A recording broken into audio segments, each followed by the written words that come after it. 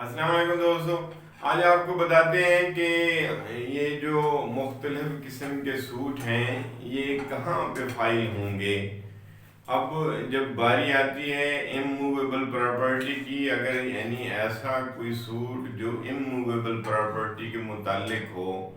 یعنی کسی زمین جائیداد مکان وغیرہ کے متعلق ہو، تو وہ کہاں فائل ہوگا۔ تو سیکشن 15 اور سیکشن 16 میں ہے suits to be instituted where subject matter situate میں لکھا ہے کہ اگر یہ for the recovery of immovable property اور with or without rent or profits, یعنی ایسا سوٹ جس میں آپ سوٹ فار پوزیشن کرتے ہیں اموویبل پراپرٹی کے بارے میں کہ یہ جائیداد ہماری ہے، ہمیں اس کا قبضہ دلایا جائے، with or without rent or prophets, تو یہ سوٹ وہاں فائل ہوگا جہاں یہ جائیداد واقع ہوگی۔ جہاں پہ یہ جائیداد ہوگی وہاں یہ سوٹ فائل ہوگا۔ اب اگلا آتا ہے کہ for the partition of immovable property, کہ اگر پارٹیشن کسی جائیداد کی کرانی ہو تو وہ سوٹ کہاں فائل ہوگا، وہ بھی وہاں جہاں پہ جائیداد ہوگی، وہ پارٹیشن کا سوٹ بھی وہاں پہ فائل ہوگا، اسی حدود کے اندر جس حدود میں وہاں یہ جائیداد واقع ہے۔ اسی طرح اگر کوئی فورکلوزر، سیل اور ریڈیمشن، کوئی رہن جائیداد رکھی گئی ہے تو پھر وہ رہن کے سوٹ بھی، یا ریڈیمشن کرانا ہو، رہن کو آزاد کرانا ہو، تو وہ پھر بھی جو ہے نا وہ سوٹ وہاں فائل ہوگا جہاں پہ پراپرٹی ہے، اسی عدالت میں یہ سوٹ فائل ہوگا۔ اگلا آتا ہے determination of any other right to or interest to immovable property, اگر کسی جائیداد کے اندر کسی کا کوئی انٹرسٹ ہے، کوئی رائٹ بنتا ہے، کوئی وارث ڈکلیئر ہونا ہے، تو پھر بھی وہ سوٹ وہاں پہ فائل ہوں گے جہاں پہ یہ جائیداد ہوگی۔ آگے آتا ہے کہ یہ compensation for wrong to immovable property, اگر کسی پراپرٹی کو ڈیمیج کیا گیا، کسی کو کیا گیا، تو اس کے سوٹ بھی کمپنسیشن کے جو ہوں گے تو وہ سوٹ بھی وہاں فائل ہوں گے جہاں پہ وہ پراپرٹی سچویٹ ہے، جہاں پہ وہ جائیداد ہے۔ اب suit for immovable property situate within the jurisdiction of different courts, اچھا اگر ایسی صورتحال آ جائے، مثال کے طور پہ ایک بالکل بارڈر پہ ہوتی ہے، یعنی ایک ڈسٹرکٹ ختم ہو رہا ہے، دوسرا شروع ہو رہا ہے، کسی کی جائیداد ہے، 5 مرلے ادھر آ گئے، 2 مرلے ادھر چلے گئے دوسرے ڈسٹرکٹ میں، تو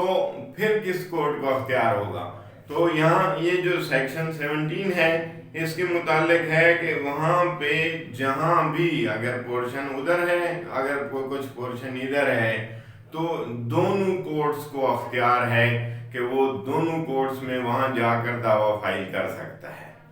اب ہم آگے دیکھتے ہیں کہ اگر کوئی ایسی سچویشن آ جاتی ہے، place of institution of suit, section 18 where local limits of jurisdiction are uncertain, جہاں پہ اگر انسرٹینٹی ہو تو پھر بھی وہاں پہ سوٹ دونوں عدالتوں میں ہو سکتا ہے۔ اور اگر ڈیفرنٹ کورٹس میں بھی وہاں کسی کی پراپرٹی ہے، مثلا ایک پراپرٹی ہے لاہور کے اندر، ایک پراپرٹی ہے کراچی کے اندر،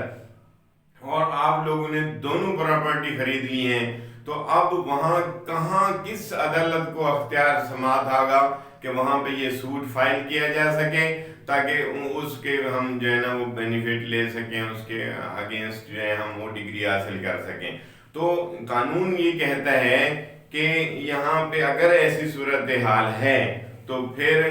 دونوں علاقے کی عدالتوں، لاہور کی عدالت کو بھی اختیار سماعت حاصل ہے، کراچی والی عدالت کو بھی اختیار سماعت حاصل ہے، ان دونوں کا سوٹ دونوں عدالتوں میں جہاں مرضی فائل کر دے، لیکن کرے گا ایک ہی سوٹ فائل جو ہے۔ اب یہاں تک پتہ چل گیا۔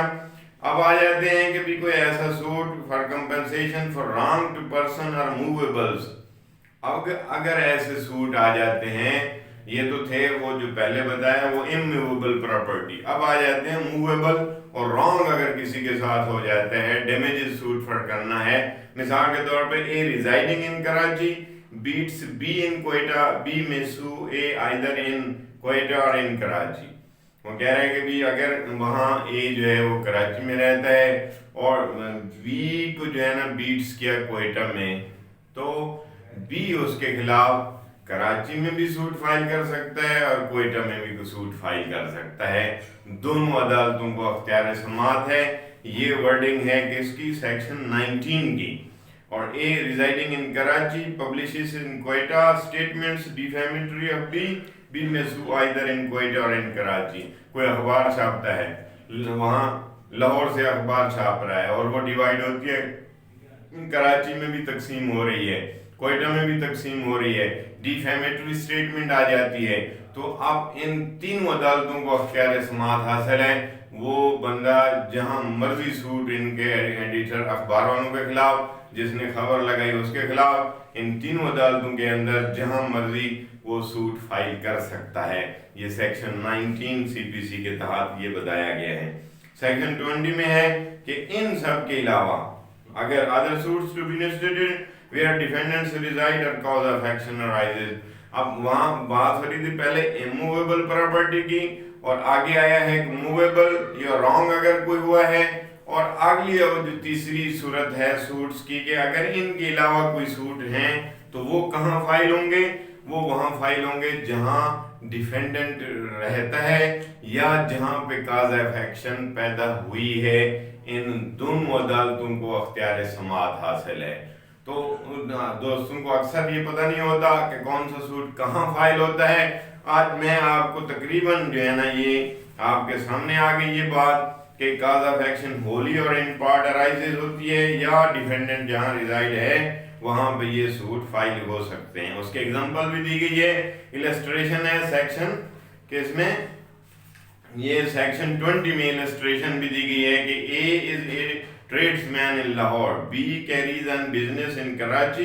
Be by his agent in Lahore buys goods of A and requests A to deliver them to the Pakistan International Airways. A delivers the goods accordingly in Lahore. A may sue B for the price of the goods either in Lahore where the cause of action arises or in Karachi where B carries on business، اور وہ بھی رہتا بھی ہے، یعنی transaction ہوئی ہے لاہور میں،